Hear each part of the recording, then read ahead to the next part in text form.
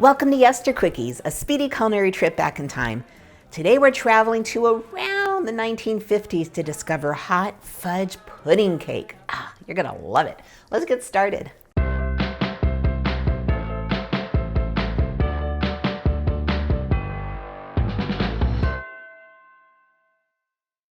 Hey everyone, I'm Jill and this is Yester Kitchen. I've got another quickie for you. Yes, we are doing a quickie cake. So this is a request, and I want to thank Leanne B for requesting hot fudge pudding cake. Now this cake goes by about 4 different names. Here they are, but they all are the same thing. Cake on the top, it makes its own little pudding hot fudge thing on the bottom that you spoon over the cake. And rest assured, don't worry, this recipe contains no eggs, so you are totally fine. So let's get started. Here we have 1 cup of flour in a happy little mixing bowl. And we're going to add 3/4 cup of sugar, 3 tablespoons of cocoa powder, unsweetened, and we're going to have more cocoa powder coming in later in the recipe, 2 teaspoons of baking powder, 1/4 teaspoon salt, and then I'm going to take my happy little whisk and just mix everything together. So this recipe was either created by Betty Crocker or Hershey's. The food history is a little fuzzy, but that's what I love about food history. Sometimes you just don't know. But it became extremely popular in the 80s. I hope a lot of you 80s kids will remember this recipe. And of course, I don't have my trusty martini today because we are making cake. Okay, so now we are going to add a 1/2 cup of milk. I'm actually using low fat today because that's what I have. You can use any kind you like. 1/3 cup of melted butter, and 1.5 teaspoons of vanilla. Okay, we are going to go ahead and bring in our little mixer, and we're going to blend this just until it's smooth, not long at all.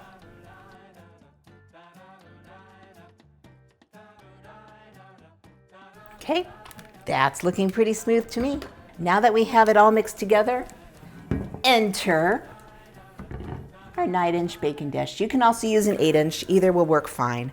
And you're just gonna pour all your mixture right into the bottom, and you're not gonna grease this because you're gonna have pudding on the bottom, so you don't have to worry about anything sticking to the pan. Let's get that all in there. This is such a classic cake. Okay. And into the bottom it goes. Okay, now I have a little cute little mixing bowl. And in here I have a 1/2 cup of sugar. I have a 1/2 cup of brown sugar that's been packed, and I have 4 tablespoons of cocoa powder. I'm just going to move this out of the way really quick because all you want to do is not make a mess like me. Maybe I should have picked a little bigger bowl. I'll be right back when I have this mixed. Okay, so I did change up my bowl because it was just spilling everywhere. So what you want to do is you want to just kind of keep smashing in that brown sugar is what's creating the lumps. You don't have to have it perfect, but you do want to have it very, very well mixed. This is fine. Okay, now we're going to bring back our cake. And we're going to sprinkle this mixture over our batter. Okay? Minutes. This takes minutes. All you need to do is have some ice cream ready or whipped cream, or you can just have it right on its own. Of course, you know, being Yester Kitchen, you know I have both at the ready. It looks like a lot. Don't worry. It's your pudding. It'll all be perfect. And the last thing we're going to do is we're going to take 1 1/4 cups of hot water and pour it over the top. And you are not, I know you're going to want to, but you're not going to stir. You're just going to kind of gently pour it all over. And this is where it's going to do its magic. Okay, driving you crazy? You want to stir? You can't do it. So now this is going to go into our 350 oven for about 30 to 40 minutes. You're going to want to bake it until the center is almost set. Then you're going to take it out of the oven and let it sit for 15 minutes. And that's just going to kind of get things settled down.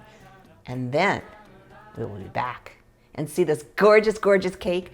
I hope you have some childhood memories for it. I would love to hear about them. See you in a few. Hey, we are out of the oven and our beautiful little cake has sat for about 15 minutes. Let me show you. See, you still want, can you see that it's jiggling? It's just slightly jiggling in there, and that is all your sauce on the bottom. So all that's left is to serve some up. And I will tell you, this dish is meant to be served warm. So if you're having company for dinner or even just the family, put it together and stick it in the oven when you're starting dinner. And by the time it bakes and sits, you will have a beautiful, beautiful dessert. So let me show you this. I've got my cute little serving dish.